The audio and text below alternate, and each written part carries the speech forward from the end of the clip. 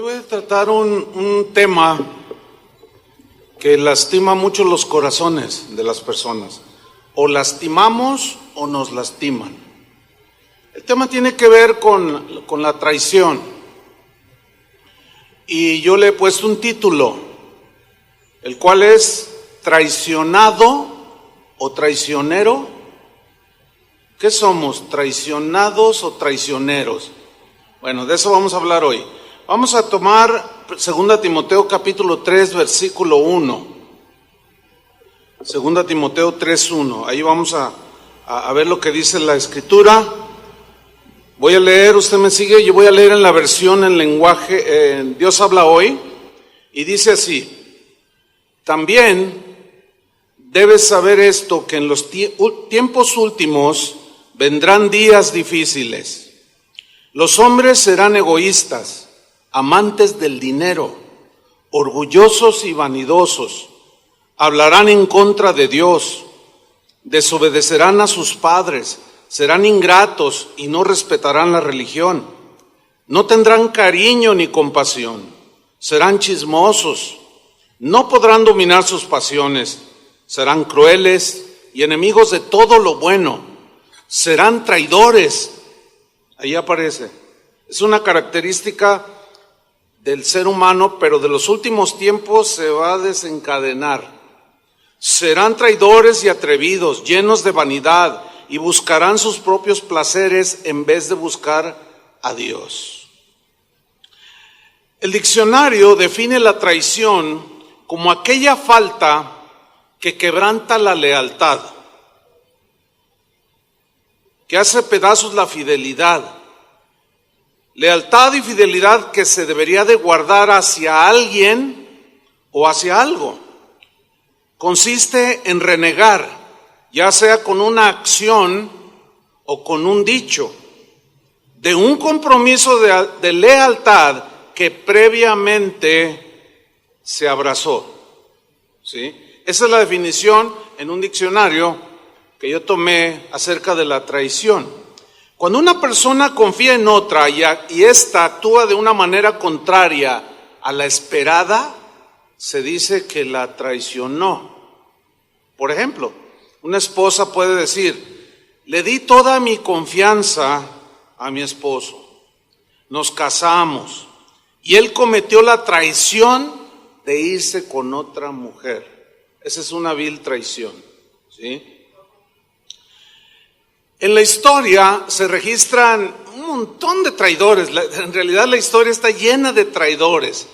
Por ejemplo, aquí en México tenemos un clásico traidor que fue un expresidente de México, Antonio López de Santana, que traicionó a su patria. Él vendió la mitad de México a los Estados Unidos. Lo que hoy es Arizona, California, el estado de Utah, Nuevo México, una parte de Wyoming, lo vendió por la suma de $15 millones. Ahora sí que como lagrimita, ¿no? ¡Qué barato! Hay quien dice que debió de haber vendido todo, porque de esa manera no tendríamos hoyos en las calles. Todo estaría pavimentadito, pero bueno, dejémoslo ahí. También tenemos políticos traidores. Traicionan a aquellos que votaron por ellos, se enriquecen, nada más ven por ellos. Tenemos hasta deportistas traidores que firman un contrato y no están ni a la mitad del contrato y ya están coqueteando con otro equipo por acá abajo y nunca cumplen. Tenemos esposas traidoras, tenemos esposos traidores, pero también hay pastores traidores, pastores que traicionan al Señor.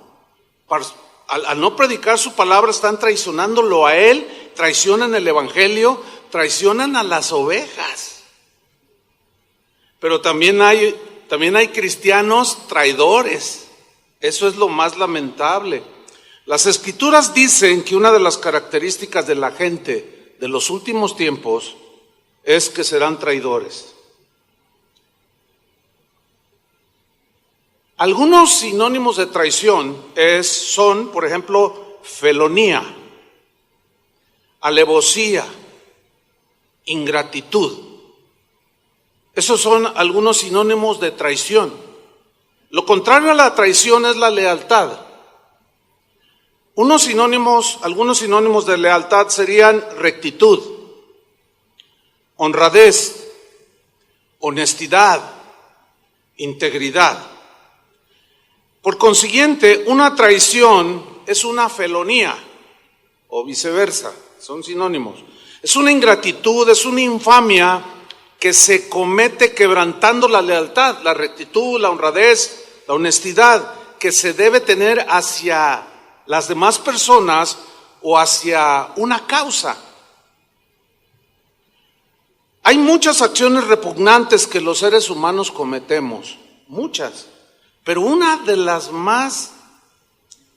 peores es la traición. Esa es una de las peores acciones que un ser humano puede cometer, traición.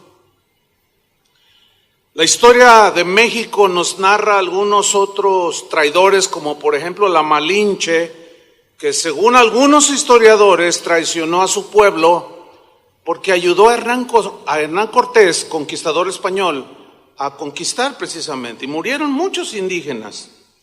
En la historia de los Césares, de los emperadores romanos, el emperador Julio César fue emboscado, era muy odiado, no era un hombre muy bueno y era muy odiado, y fue emboscado por senadores romanos. Entre esos hombres que lo emboscaron y lo apuñalaron, iba un hijo de él, era un hijo adoptivo ciertamente, se llamaba Brutus. Qué Brutus, ¿verdad? Entonces dice la historia que cuando él lo estaban apuñalando, él vio el rostro de su hijo adoptivo y dijo: ¿tú entre los traidores, hijo mío? Y ahí murió el emperador. Pero a nivel mundial, la traición más famosa es la de un personaje bíblico. ¿Cómo se llama? Judas. Cuando alguien dice Judas es sinónimo de traición. Y cuando tú quieres decirle a alguien acerca de ese punto, le dices: no seas Judas. Judas, dice. Traidor, traidor, traidor. ¿Por qué? Porque traicionó a su maestro, traicionó a su Señor. Esas traiciones nos demuestran que los traicioneros generalmente, esto es lo difícil de la traición, que los traicioneros casi siempre son personas muy cercanas al traicionado.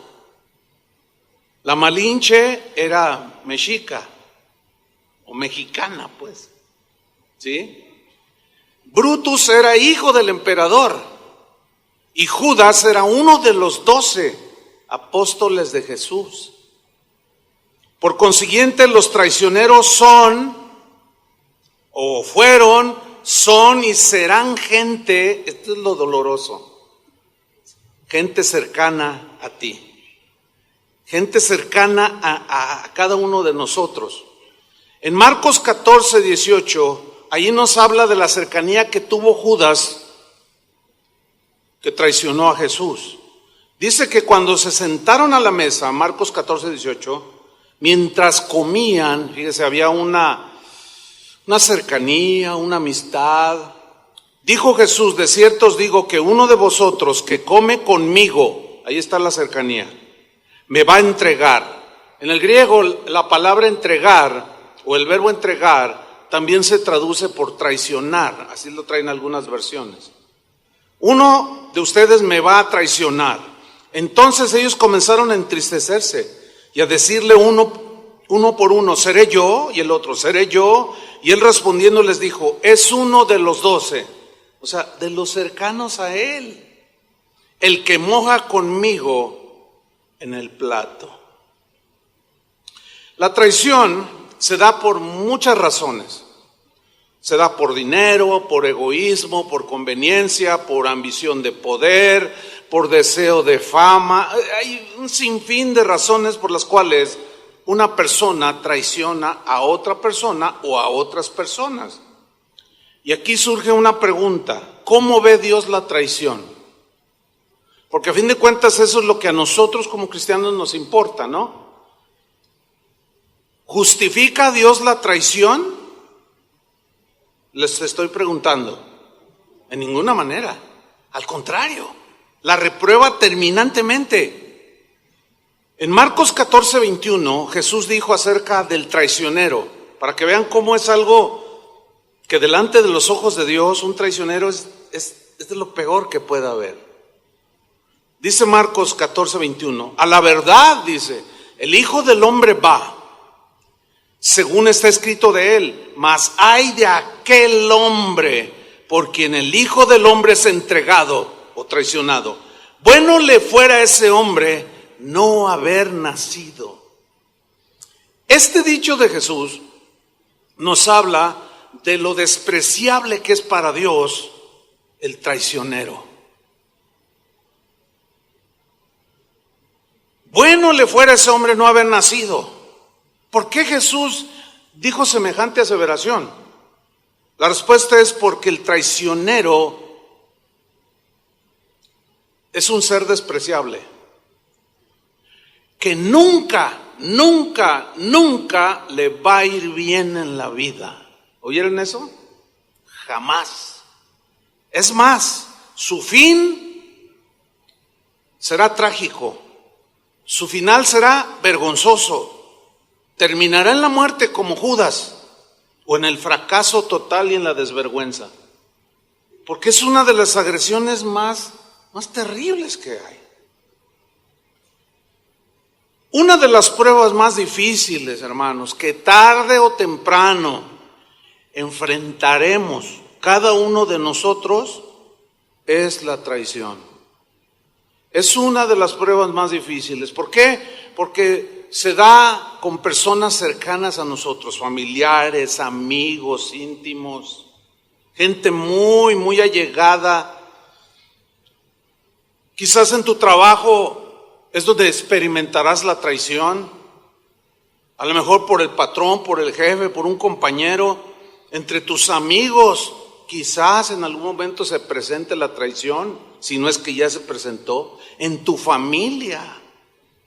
Un padre puede traicionar a sus hijos, un hijo puede traicionar a su padre, en los negocios, un socio puede traicionar a otro, lo puede defraudar.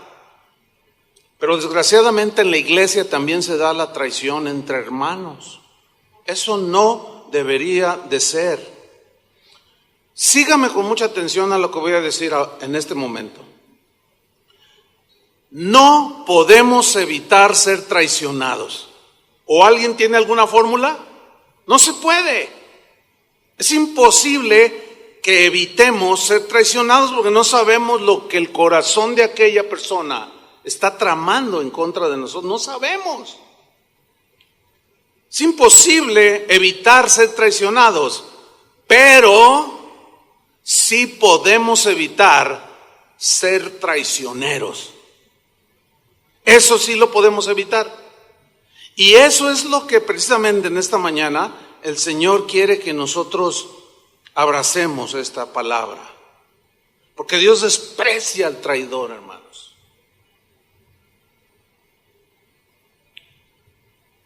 Por consiguiente, procura no traicionar a nadie que haya puesto su confianza en ti. No lo traiciones por nada del mundo. Ni a tu patrón, ni a tu papá, ni a tu mamá, ni a tus hijos, ni a nadie. No traiciones a nadie. No traiciones a nadie en tu trabajo, por el amor de Dios. No lo hagas, te va a ir mal. No traiciones a nadie en los negocios. No traiciones a tus amigos, no traiciones a tus hermanos. Y muchísimo menos se te ocurra traicionar al Señor, como algunos lo traicionan. Pero aquí surgen dos preguntas. La primera es, ¿cómo se va gestando la traición en el corazón del traidor? ¿Cómo se va gestando? Y la segunda pregunta es, ¿cómo debo enfrentar la traición? ¿O qué debo de hacer cuando me traicionan? Esas dos preguntas voy a tratar de responderlas conforme a la palabra de Dios. Vamos a ver algunos ejemplos, vamos a ver dos ejemplos en la Biblia. El primer ejemplo es la traición de Judas. Porque la Biblia nos deja ver que la razón de la traición de Judas fue avaricia. Amaba el dinero. Pablo dice que la raíz de todos los males es el amor al dinero. Y traicionó a Jesús. Este pecado de avaricia ha provocado actualmente, o en los últimos 20 años, mucha traición al Señor dentro de las iglesias. ¿Por qué? Porque traicionamos los pastores a Jesús cuando dejamos el mensaje del evangelio o lo cambiamos y le decimos a la gente que Dios quiere hacerlos ricos. Lo único que les está provocando un predicador que habla o un pastor que habla acerca de cómo tener más dinero y que Dios nos quiere ricos, que Dios nos quiere con lo mejor que hay en el mundo. Lo único que está provocando y lo único que está exasperando o levantando es la avaricia. Porque ese no es el mensaje del evangelio. El mensaje del evangelio es que Jesús vino para trasladarnos de las tinieblas a la luz de Jesús. Él vino para salvarnos de la condenación del infierno y darnos salvación. Ese es el mensaje del evangelio. Vamos a ver algunos rasgos de la traición de Judas. Dice en Mateo 26:3 que se reunieron los principales sacerdotes que le tenían envidia a Jesús, porque la gente se le juntaba a Jesús y ellos tenían celos, tenían envidia. Se juntaron los sacerdotes, los escribas y los ancianos del pueblo en el patio del sumo sacerdote llamado Caifás. ¿Para qué se juntaron? Tuvieron consejo para prender con engaño a Jesús y matarlo. Dice el versículo 14, mientras estaban ahí reunidos, entonces uno de los 12, que se llamaba Judas Iscariote, fue a los principales sacerdotes y les dijo: ¿qué me queréis dar? Fíjate, ahí ya estaba él queriendo obtener un beneficio a cambio de una traición. Esa era la motivación de él. ¿Qué me queréis dar y yo os lo entregaré? Y ellos le asignaron 30 piezas de plata. Y desde entonces dice que buscaba oportunidad Judas para entregarle. Así ves cómo se va gestando una traición. Hay un sentimiento malo contra alguien. El traicionero va a buscar la oportunidad para traicionarte. En el caso de Judas, la avaricia fue la que lo llevó a la traición, a la deslealtad, a la deshonestidad. Jesús, junto con sus 12, tuvieron tiempos de convivencia muy hermosos y se reunían en algunos lugares, y Judas conocía dónde Jesús se reunía. Dice Juan 18, versículo 2, que Judas conocía aquel lugar, porque muchas veces Jesús se había reunido allí con sus discípulos. Ahí está la cercanía, ahí está la motivación, así se va gestando. No, pues estos lo quieren matar, estos no lo quieren, y pues yo necesito una feria. ¿Cuánto me dan por entregárselos? Te vamos a dar 30 monedas de plata. Y así se empezó a gestar la traición de Judas. Todo esto de que era cercano a Jesús, que conocía los lugares donde se reunía, toda esa convivencia que tuvo, todo esto aumentó lo abominable de la traición de Judas contra Jesús, porque lo hizo con los 3 agravantes en la comisión de un delito grave, que son premeditación, que es lo planeó de manera fría, calculada, premeditación, alevosía, con todo el dolo de sacar un beneficio sin importar los sentimientos de nadie, y ventaja. Premeditación, alevosía y ventaja. ¿Por qué? Porque era uno cercano.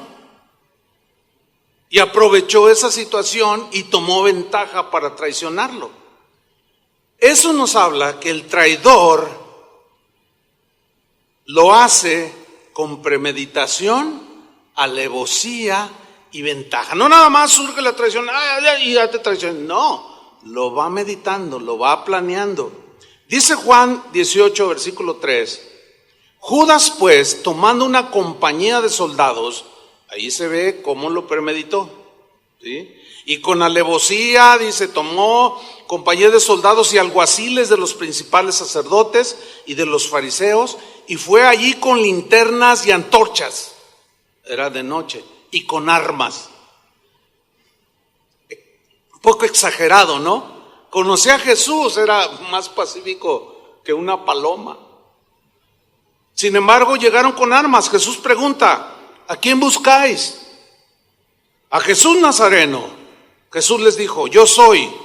Y estaba también con ellos Judas, el que le entregaba. Y ustedes conocen la historia.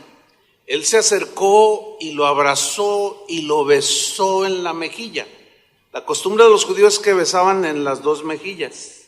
Pero el verbo en griego, besar, habla de repetición. Uno, otro. Ay, Señor, ay, Señor, ay, Señor. Cuando alguien es demasiado lisonjero y demasiado, dile, Señor, quizás es como una lucecita que tú debes de ver en alguien que exagera su aprecio o su cariño. Y Jesús le responde, ante tantos besos le dice, ¿con un beso entregas al Hijo de Dios? Así fue. Ahora, vamos a pensar un poco, vamos a meditar, miren. Judas, por 3 años que duró el ministerio de Jesús, disfrutó de la presencia de Jesús. Como uno de los 12, oyó las enseñanzas de Jesús, en primera fila, en zona VIP. Vio los milagros de Jesús de primera mano. Fue y predicó, sanó a los enfermos, echó fuera demonios. Además, Jesús le había confiado el cofre de las ofrendas. Lo puso de tesorero y aprovechó él, abusó de la confianza, traicionó y tomó del dinero del cofre. En esa confianza, hermanos, es donde se va generando la potencial traición. En la confianza que se deposita en alguien. Ahora, esto no significa que te vas a volver todo arisco así, porque no sería vida esa tampoco. Y creo que ofenderías a muchos también. No, pero lo que vamos a aprender es cómo enfrentar la traición, porque vendrá, hermanos, desgraciadamente. Es la confianza que se deposita en una persona donde hay una potencial traición. ¿Cómo enfrentó Jesús la traición? Esa es una buena pregunta. La respuesta es muy sencilla: con perdón y misericordia. Así la enfrentó. No hay otra manera de enfrentar. Si tú quieres salir adelante y no quedarte tirado en el camino, ay, me traicionaron, estoy tan dolido, ya no creo en nadie. Y terminas hasta negando a Dios. Y eso no es nada bueno. Solo con perdón y misericordia. Una traición, hermanos, fue lo que desencadenó que Jesús fuese llevado a la cruz. Síganme con mucha atención, porque aquí estoy entrando en un punto difícil de explicar y a la vez difícil de entender, pero yo confío en el Espíritu Santo que nos guiará a la verdad. Una traición fue lo que desencadenó que Jesús fuese llevado a la cruz.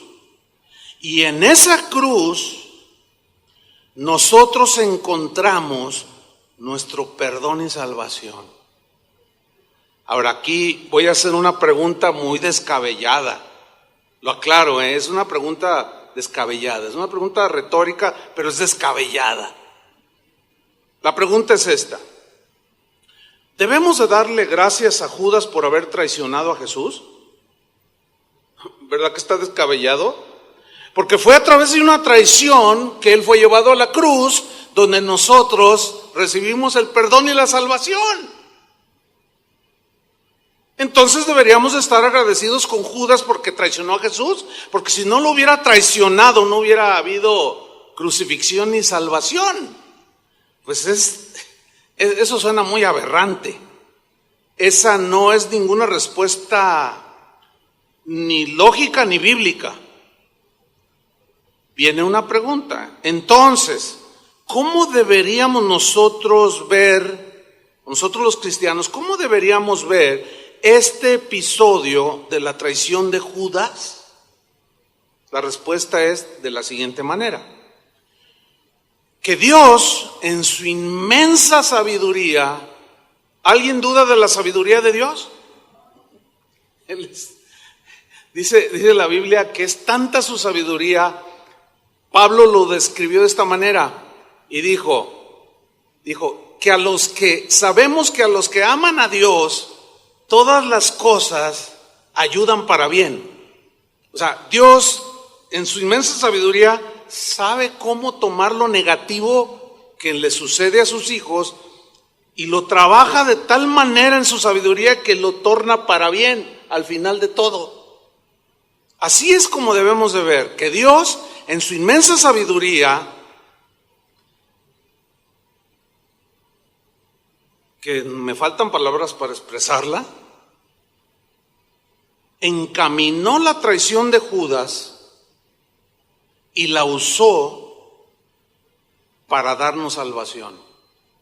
No que la traición traiga beneficios, no, porque Dios abomina al traidor. Pero a pesar de lo abominable de la acción de traicionar, el traicionero está dolido. Pero esa traición Dios la puede aprovechar para ir tratando en nuestro corazón. Dios la encaminará para tratar definitivamente con nuestro corazón. Se los voy a mostrar con la Biblia. Pero antes le voy a hacer una pregunta. ¿Usted escogería a alguien sabiendo de antemano que lo va a traicionar? Por ejemplo, usted quiere hacer una sociedad en un negocio y usted necesita un socio. Si usted supiera que lo va a traicionar, ¿usted lo escogería? Yo no. ¿Usted sí? Yo creo que tampoco.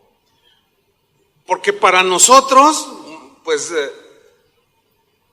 es imposible encaminar las cosas para bien con una traición. Nosotros no tenemos ese poder, no tenemos esa capacidad, no tenemos esa sabiduría, pero Dios sí. Y Jesús, de manera deliberada, como conoce todas las cosas, conoce las acciones futuras de nosotros, Él deliberadamente escogió para sus 12 a Judas. Esto no significa que Él lo predestinó para ser un traicionero. Algunos creen cosas así muy raras, pero nada que ver. Lo que pasa es que Dios conoce no solo el pasado, que nosotros también conocemos, el presente también lo conocemos, pero ¿quién conoce el futuro de mis acciones? Nadie, solo Dios. Y en base a ese conocimiento previo de las cosas antes de que sucedan, es como Dios traza un plan en una sabiduría impresionante. Así es como la Biblia explica del por qué Jesús escogió a Judas. Judas fue culpable de su traición, no tenemos la menor duda. ¿Por qué? Porque él de manera deliberada decidió traicionar a su Señor y lo hizo con premeditación, alevosía y ventaja. Pero su fin fue trágico, porque ese es el fin de todo traidor.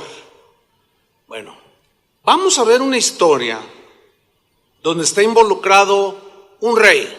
Este rey se llamó Saúl. Digan todos Saúl. ¿Han leído algo de Saúl? No, bueno. Pero en la contraparte está aparece en la escena allí un joven pastor que cuidaba ovejas.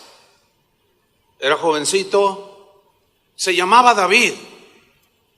Un joven a quien Dios usaría en el futuro que David desconocía y que nunca se imaginaba cómo es que Dios lo iba a usar.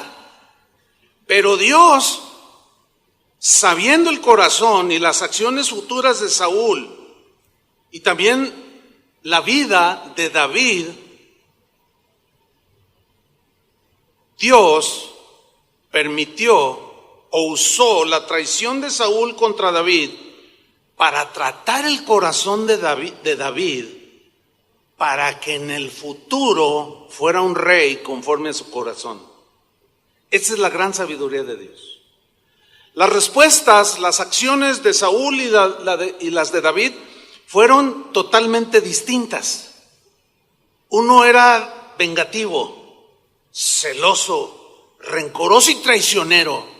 Y el otro era inocente, era de buen corazón, pero era inexperto. Y Dios tuvo que tratar con el corazón de David a través de las traiciones de Saúl como rey. La historia se desarrolla de esta manera. Un día, el pueblo de Israel va con uno de los jueces llamado Samuel y le dicen, queremos un rey, como todas las naciones tienen un rey. Vamos a ver esta historia en 1 Samuel 8:4. Dice, los ancianos de Israel se juntaron para ver a Samuel y le dijeron, constitúyenos ahora un rey que nos juzgue, como tienen todas las naciones. Nosotros también queremos ver a un hombre sentado en un trono con su corona y que nos gobierne. Versículo 6. Pero no agradó a Samuel esta palabra que dijeron. Danos un rey que nos juzgue. Y Samuel oró a Jehová. Y dijo Jehová a Samuel, oye la voz del pueblo en todo lo que te digan. Pero esta es una reacción de Dios, no porque fuera su voluntad, porque no era su voluntad. Porque mira lo que dice, porque no te han desechado a ti, Samuel, sino a mí me han desechado para que no reine sobre ellos. Ellos ya no quisieron que fuera Dios gobernándoles en un gobierno teocrático, Dios directamente a través de los profetas gobernando a su pueblo. Dijeron, Dios dice, no me quieren ya que yo los gobierne, quieren un hombre que los gobierne. Vamos, diles que escojan uno. Y empezaron a ver entre todos los israelitas, y había uno grandote, así bien parecido, se llamaba Saúl, y dijeron, este está bien guapo. Este va a ser presidente de México porque está bien bonito. Este va a ser presidente. Lo desecharon al Señor. Y Dios mismo se lo dice a Samuel. Y dijo, me han desechado a mí, no a ti. Tú tranquilo. A mí es el que han desechado. O sea, me están traicionando a mí.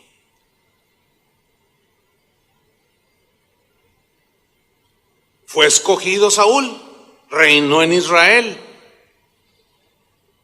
Dios le dice a Samuel, pero adviérteles que ese tal rey los va a oprimir, les va a tomar sus tierras, va a tomar a sus hijos. Se los advirtió y aún así dijeron, no importa, queremos un rey. Y ungió Samuel a Saúl como rey de Israel. Un día aparece un gigante llamado Goliat. No, sí leen la Biblia, yo sé que sí leen la Biblia. No, pues hasta los niños se saben esa historia. Y aparece un gigante filisteo que desafiaba a los ejércitos de Israel. Y era tan imponente el gigante que huían de su presencia. Pero ¿saben quién era el primero que corría? Saúl. Era el primero que corría, era cobarde, traicionaba al pueblo. En lugar de salir por enfrente para cuidar y dirigir al pueblo en la batalla, era el primero que corría y los traicionaba. Y de pronto aparece un jovencito con una onda en sus manos. Dijo: ¿quién es este que desafía? ¿Dónde está el rey? Todos corriendo. Pues en el nombre de Jehová de los ejércitos, y le tira la piedra. Ustedes conocen la historia. Y suelo.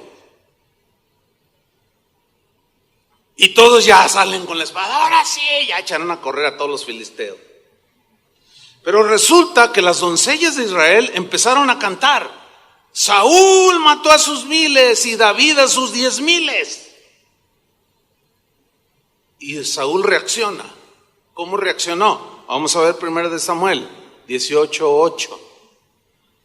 Y se enojó Saúl en gran manera. Así como sale se ve en la televisión cuando alguien está bien enojado, agarra el florero y todo lo que está en la mesa. En gran manera se puso furioso. A ver, ese celo, eso, ¿por qué no lo sacó cuando estaba el gigante, el enemigo ahí enfrente? Así son los traicioneros, hermano. Son cobardes. Y cuando no se les da crédito, se ponen celosos. Y es cuando esa reacción está demostrando que hay algo mal en su corazón. Y se enojó en gran manera y le desagradó este dicho. No le gustó. Y dijo: a David dieron 10,000 y a mí 1,000. No le falta más que el reino. Y desde aquel día Saúl no miró con buenos ojos a David. El traidor no mira con buenos ojos al que va a traicionar. Por alguna razón, celos, avaricia, lo que sea. Siempre habrá alguien que no nos mire con buenos ojos. Ese es tu potencial traidor. Y no lo podemos evitar, hermanos. Es un problema en el corazón del traidor. Esta reacción de Saúl puso al descubierto su verdadero carácter, su carácter vengativo. Y aquí hay un principio. Cuando alguien le da reconocimiento a otros y no a nosotros, esto pone a prueba nuestro carácter. Porque todo mundo necesita tener un sentido de valor, de que haces bien las cosas. Pero la Biblia dice que hagamos las cosas no como para agradar a los hombres, sino a Dios. Porque Dios es el que finalmente nos aprueba o nos reprueba. Y si nosotros buscamos la afirmación y el sentido de valor en lo que nos dicen los demás y no lo recibimos, nos dolemos en el corazón.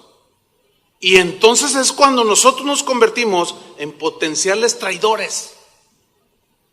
Este no reconoce el trabajo que yo hago en su empresa, pero va a ver, le va a costar caro, va a llorar y empiezas con premeditación, alevosía y ventaja, y en la primera oportunidad traicionas a tu patrón o a tu amigo, qué sé yo. Si tú andas buscando el aplauso, la fama, el reconocimiento, y cuando ves que a otros lo reciben y a ti no se te da, tu corazón está siendo probado. Acuérdate de esta enseñanza, guárdala para toda tu vida. Tu corazón está siendo probado.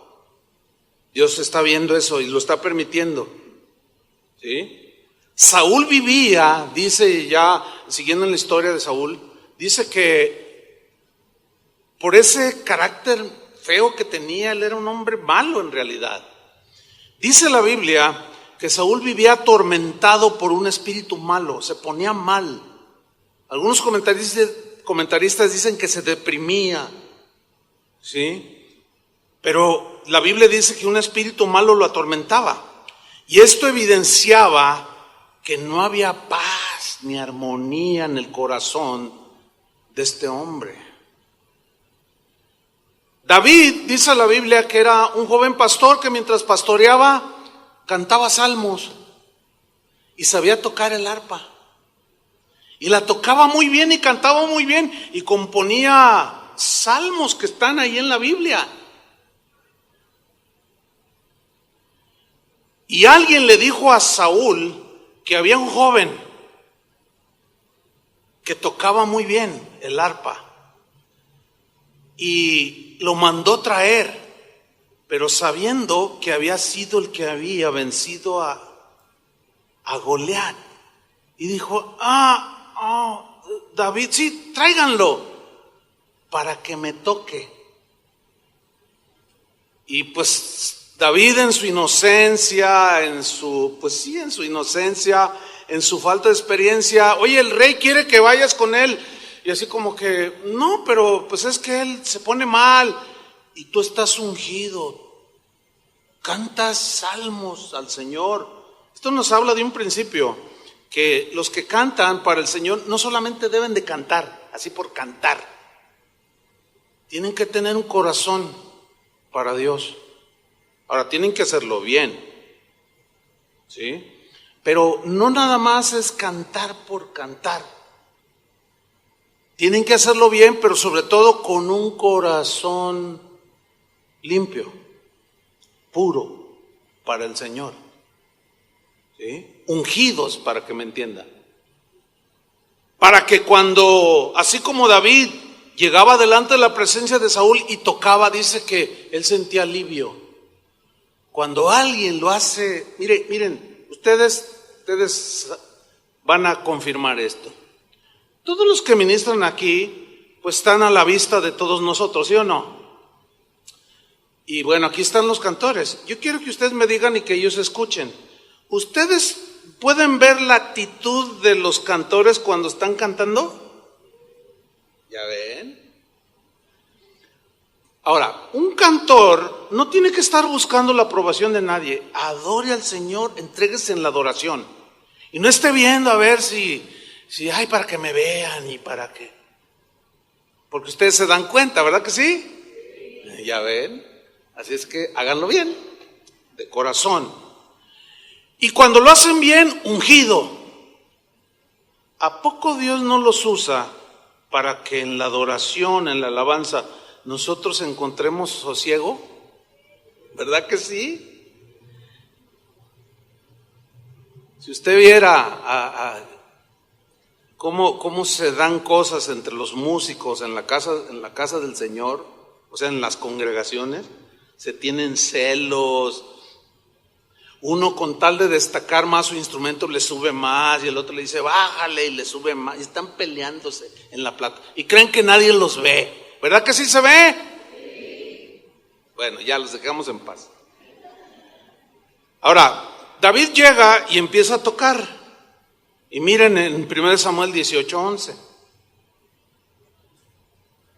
Lo tiene allí, toma su lanza, arrojó Saúl la lanza diciendo, enclavaré a David a la pared. Fíjate, con premeditación, alevosía y ventaja, lo trajo enfrente de él. Pónganmelo allí, que me toque. Sí, dicen que toca ungido. Y sí, porque, pues siento paz. Como que me acomodan las ideas. Pero él seguía con sus celos. Y con toda premeditación, alevosía y ventaja, lo manda a traer, pónganmelo allí junto a la pared. Toma su lanza, pero déjenme la lanza aquí cerca de mi trono. La toma cuando está aquel cantando, el Señor es mi pastor y nada me faltará. Pero de pronto agarra la lanza Saúl, diciendo, enclavaré a David en la pared. ¿Y qué dice al final del versículo? Pero David lo evadió 2 veces. ¿Qué significa esto? Que le tiró una y él lo evadió. Y agarró otra y le volvió a tirar y lo volvió a evadir. ¿Se pueden imaginar a un hombre, no sé cuántos años tendría Saúl, 40, 45, un hombre así, ventajoso con un jovencito, queriéndolo traspasar con una lanza y dejarlo clavado en la pared? Solo un malvado solo hace eso. Un vil traidor. Hay muchos Saúles tiradores de lanzas que desean clavarte a la pared. Porque no te ven con buenos ojos. Por celos, por envidia, por lo que sea. Tarde o temprano, escuchen, quisiera decirles otra cosa, pero los engañaría. Y no quiero traicionarlos, diciéndoles mentiras. Pero tarde o temprano va a aparecer en tu vida un Saúl. Tarde o temprano. Un hombre envidioso, una mujer envidiosa, soberbia, soberbio, sabelo todo, que te va a traicionar. Te va a querer clavar en la pared y te va a tirar una vez, y no solo una, te va a agarrar y otra vez. Te va a querer destruir. ¿Y qué vas a hacer? ¿Vas a tomar la misma lanza y tirársela? ¿Qué vas a hacer? Esa es la gran pregunta para nosotros hoy. Tenemos que ser como David, esquivar la lanza, jamás tomarla y regresar la lanza, jamás, jamás, jamás. Tú no podrás evitar ser traicionado, pero tú sí puedes evitar traicionar. No pagues a nadie mal por mal, sino con un bien, un mal. Esquivar la lanza de los Saúles traicioneros es lo que hacen todos aquellos que son conforme al corazón de Dios, pero jamás la regresan, jamás. Y ves a los Saúles peleándose en Facebook, porque uno le tira una lanza y el otro se la regresa. Y tú le pones me gusta. No sé quién es peor. Si el que está viendo semejante espectáculo aberrante delante de los ojos de Dios, no lo sé. Pero Dios permite que los Saúles tiren lanzas. ¿Para qué? Para tratar con el corazón de los Davides.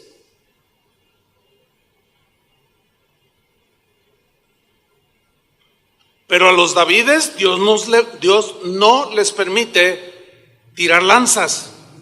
Solamente se nos permite esquivarlas.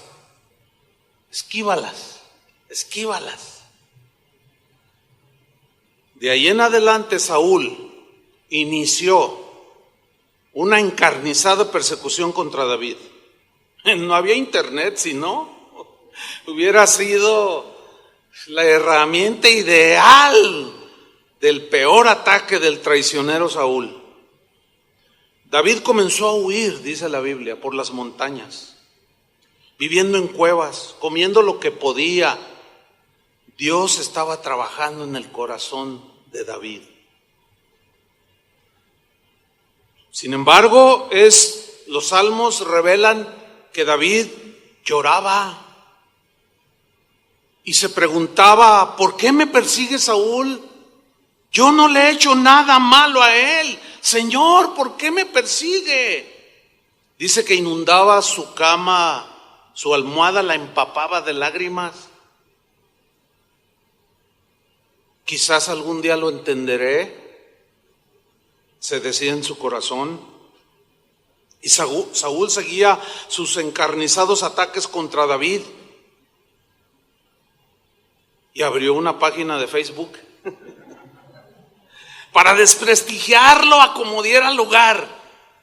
Es que David quiere mi trono, por eso lo quiero matar. Es que David habla mal de mí, me desprestigia. Es un ladrón abusivo. Se ve muy niñito así, pero si lo conocieran. Y tengo que ponerlo en su lugar. Pero vamos a 1 de Samuel 24, versículo 1, para ver más sobre esta historia, que es la que nos da muchas lecciones de cómo enfrentar la traición. 1 de Samuel 24, 1 dice: cuando Saúl volvió de perseguir a los filisteos, le dieron aviso diciendo: he aquí David está en el desierto de En-Gadi. No faltó quien le dijo: el que buscas, ahí está, mira, Dios te lo puso de pechito. ¿Has oído esa frase? Te lo puso de pechito. Dice versículo 2, cuando oye la noticia de que estaba David ahí en el desierto, y tomando Saúl 3,000 hombres, un poco exageradito, ¿no? O sea, demostrando todo su odio. Tomó 3,000 hombres escogidos, o sea, los más sanguinarios de todo Israel.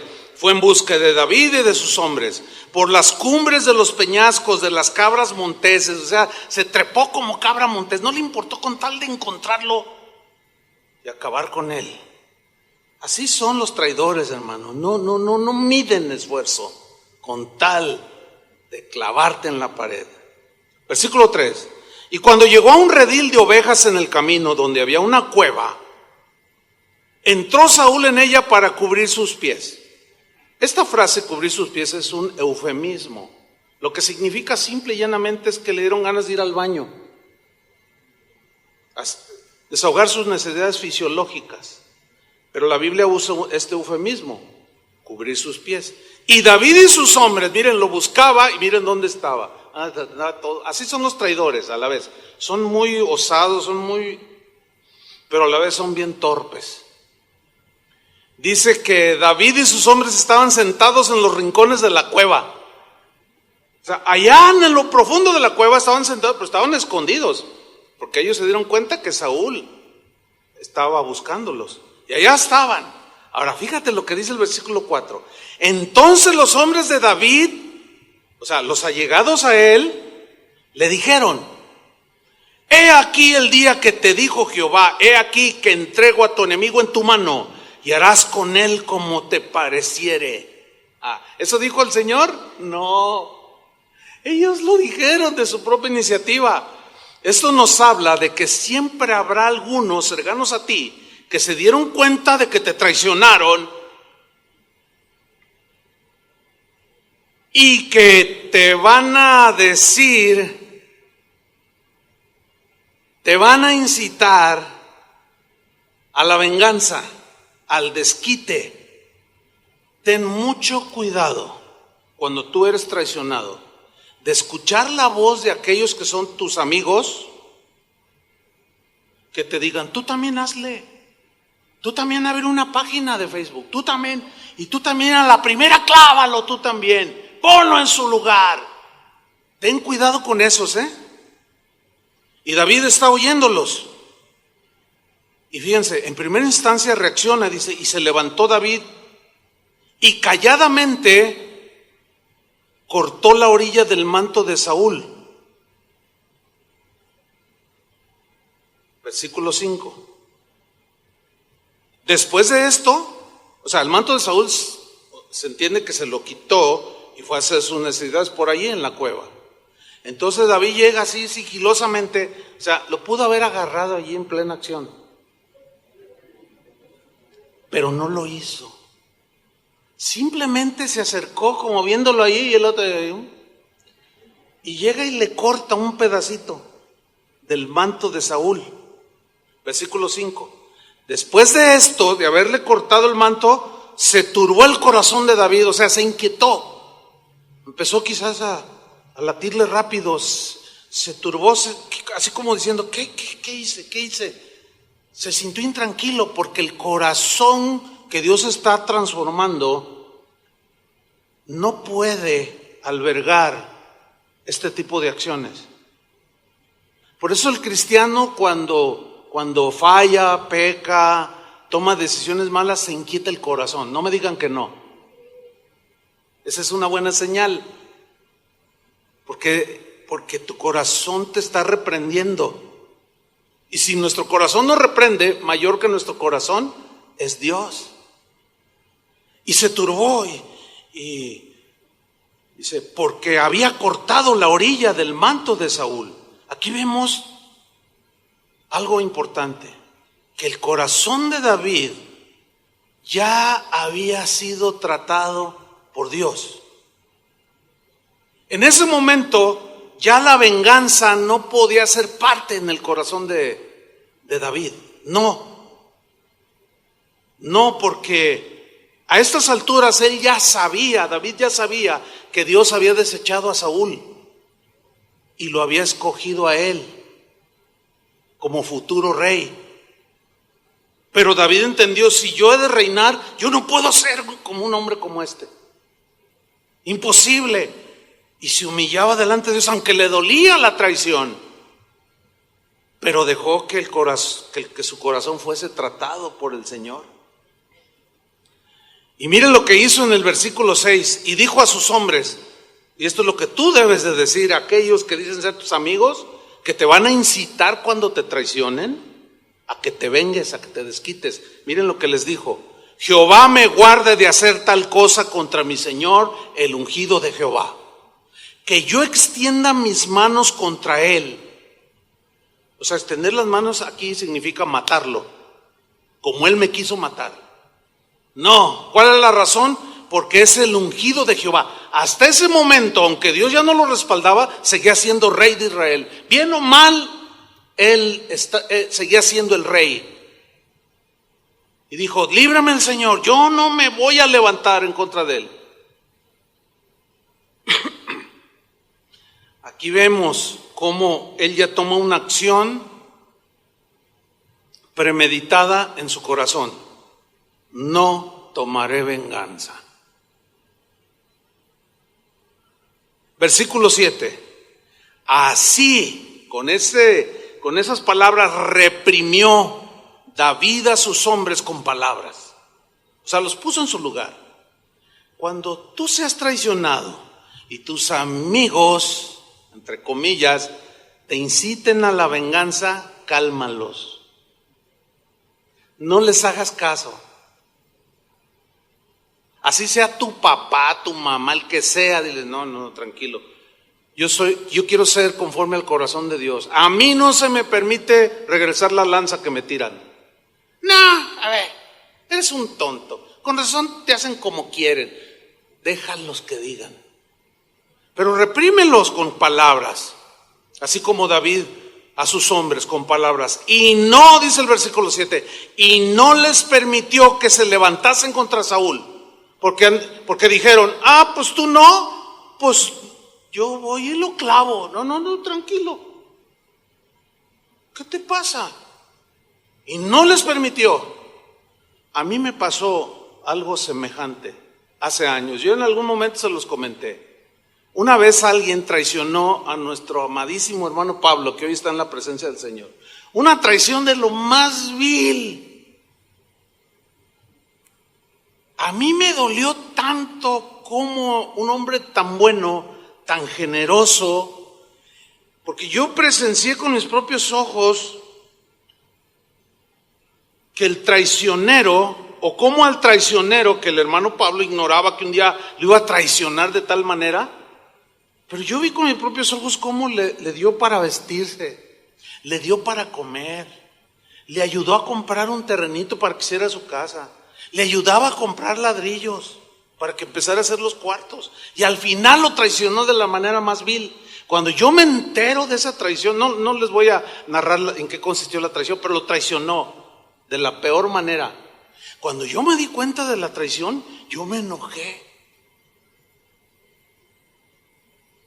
Y yo les dije a 2, 3 de los pastores de aquí: mañana voy a ir a hablar con ese traidor y lo voy a poner en su lugar.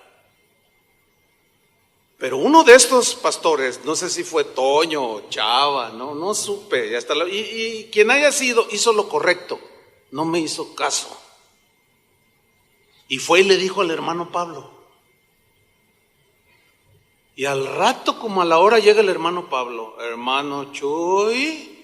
Pero esa vez siempre tocaba, muy educado, siempre tocaba la puerta. Esa vez yo estaba aquí en mi oficina, no tocó. Entró así y abrió la puerta. Y entró y me miró. Yo estaba sentado y su rostro no era como el común. Y su mirada penetrante todavía la tengo aquí. Y traía su bastón y me dijo: hermano Chuy. Y se me acercó, así parado, y me dijo: te prohíbo que vayas con fulano de tal, con el traidor, pues. Hermano, pero es que te prohíbo. Y me habló bien fuerte. Y no vayas. Es más, me dijo: si ese que me traicionó mañana tiene hambre, yo le llevo comida. Y se da la media vuelta y se va. ¿Y cómo quieren que me quedara yo? Pues me quedé todo, no hice nada. Me reprendió, así como David a sus hombres. Esos son los hombres de Dios, hermano. Nunca te van a incitar a hacer lo contrario. Y aquel que te incite a hacer lo malo, no le hagas caso. Y repréndelo, como a mí me reprendieron. Dice el versículo 8, 1 Samuel 24:8, también David se levantó después y saliendo de la cueva dio voces detrás de Saúl. O sea, terminó, se puso la capa y se salió. Y sale David detrás de él y le gritó. Eso se entiende por los signos de afirmación allí. Que le gritó, mi señor el rey, le grita.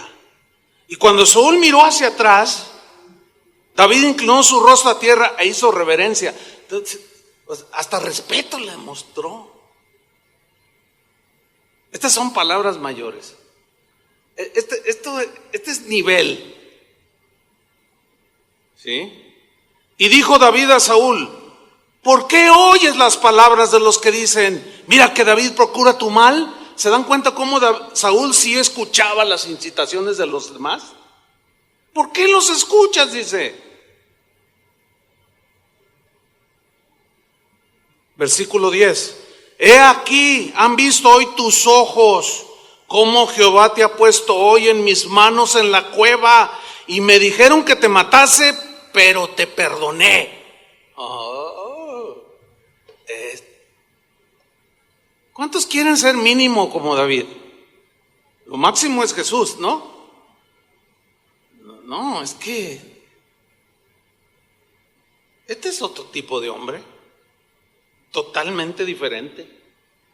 Dice, te tuve allí, te pude haber clavado en el suelo ahí, en plena acción, pero te perdoné, le dice.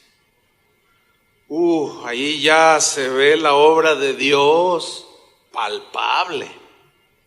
Porque dije, fíjate, reflexionó, o sea, lo premeditó, sí, lo analizó y dijo, no. Y dije, no extenderé mi mano contra mi Señor, porque es el ungido de Jehová. ¡Qué corazón, hermanos! Este es el corazón que le agrada a Dios.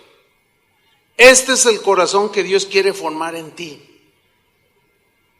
Y va a permitir la traición, pero Él la va a usar para hacerte como David.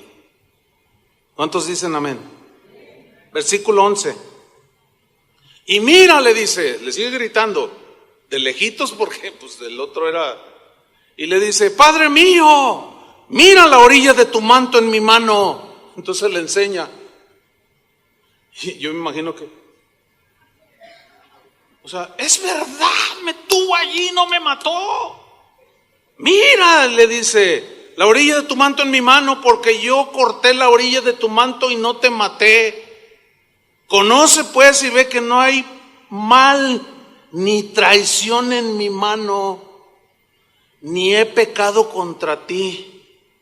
Sin embargo, tú andas a casa de mi vida para quitármela. Hermano, deja que Saúl siga siendo Saúl.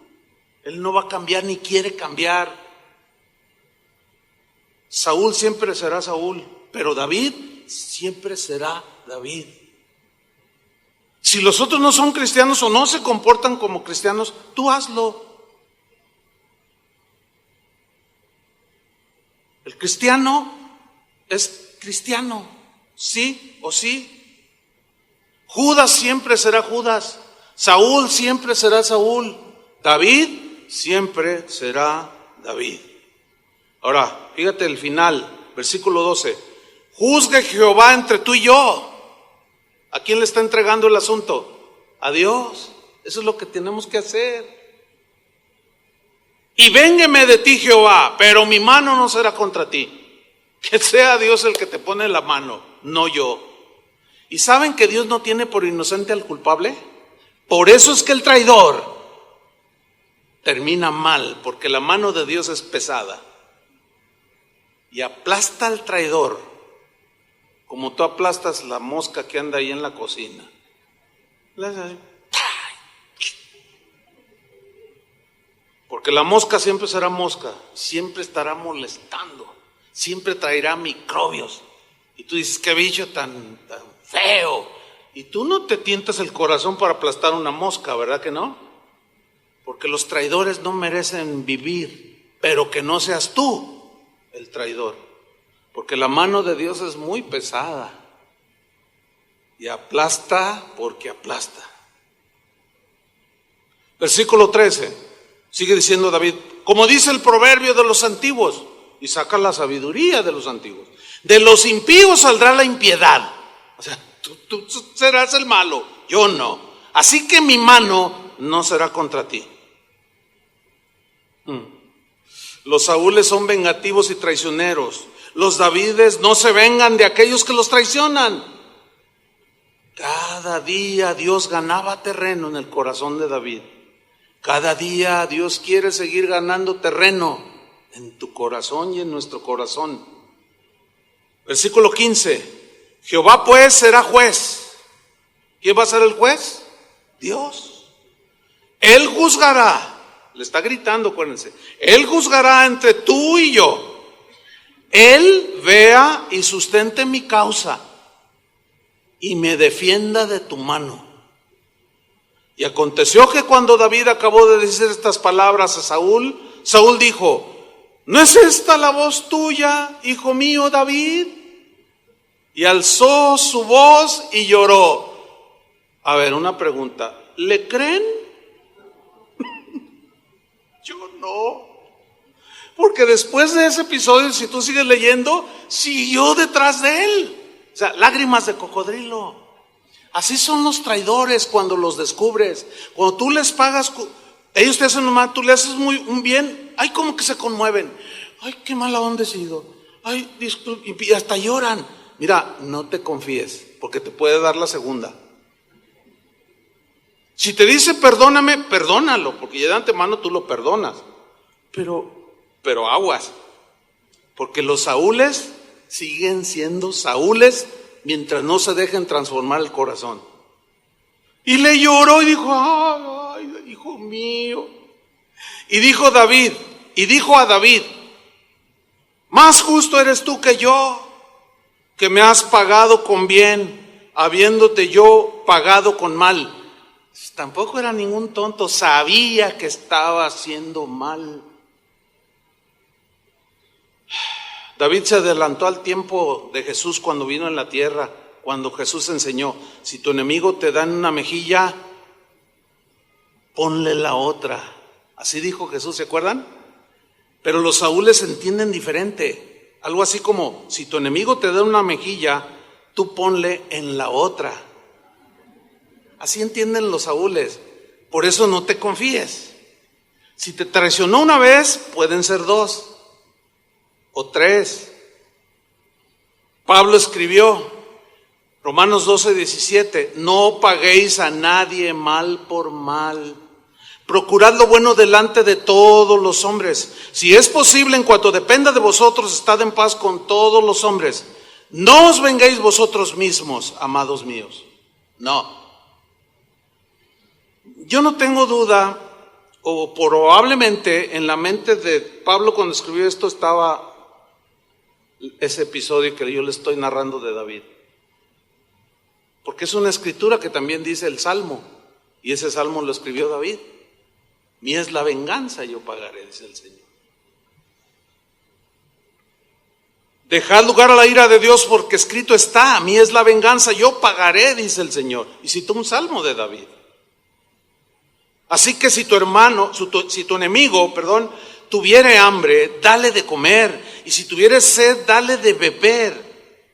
¿Ustedes se atreverían a hacerlo en algún momento con el traidor? Si tú supieras que entró en desgracia y que no tuviera que darle de comer a sus hijos, ¿tú te atreverías a llevarle un pollo asado? ¿Un pollo Pepe? ¿Sí se atreverían a hacerlo? Nomás 3. Bueno, ahí la llevan. Dios sigue tratando en el corazón. Mira, cuando tú llegas a eso, es porque definitivamente Dios atrapó tu corazón. Pero mientras tú todavía sabes que estás luchando porque te dolió la traición y estás viendo y ya supiste que fulano de tal perdió todo y se quedó en la miseria y no tiene ni para darle de comer a tus hijos. Y tú, eso se merece. Ay, Dios mío, perdóname. No debo de sentir mal. Y luego viene la palabra, ¿verdad? Si tu enemigo tiene hambre, dale de comer. Y luego, bueno, no es para tanto, Señor, que experimente un poquito.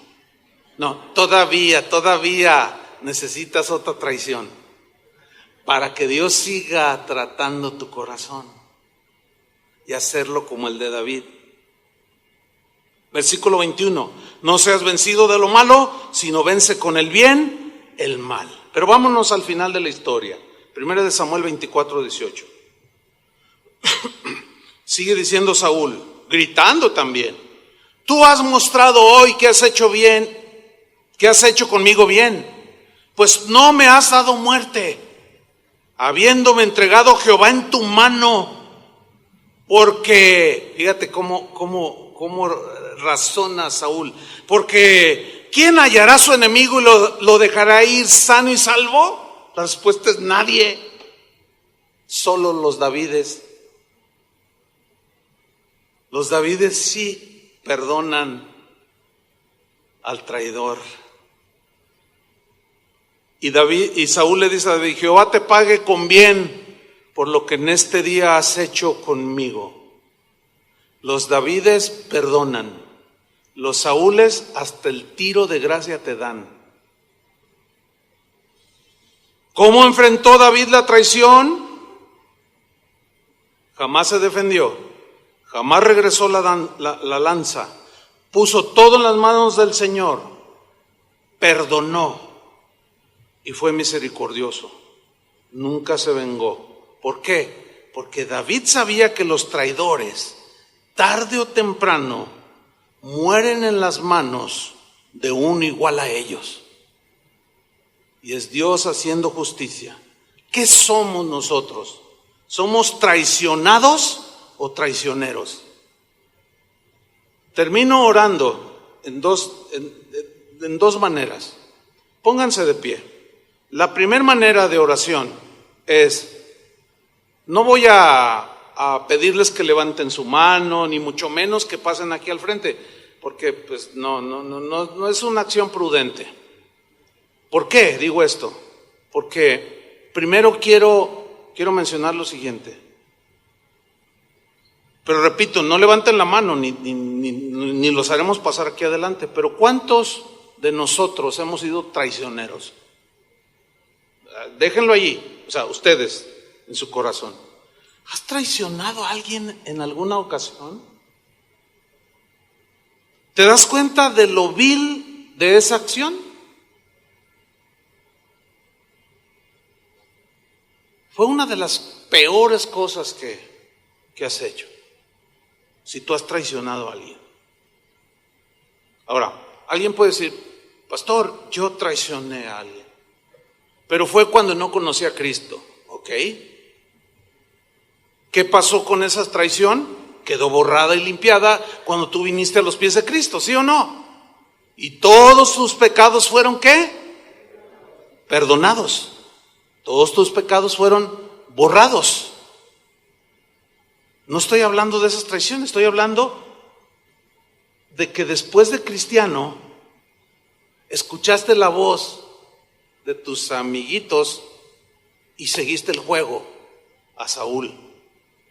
O de manera malosa, premeditada, aún siendo cristiano, traicionaste a alguien. No llamaremos a nadie acá, pero vamos a orar, porque hay que pedirle perdón al Señor, hermanos. Amén. Y jamás volverlo a hacer, porque aquí será borrón. Cuenta nueva no, porque ya no tiene que haber cuenta. No, tienes que dejarlo allí. Y toma esto como la última experiencia de haber respondido a Saúl como Saúl. Amén. Esta es la primera oración. Oremos así. Padre, te doy gracias porque tu palabra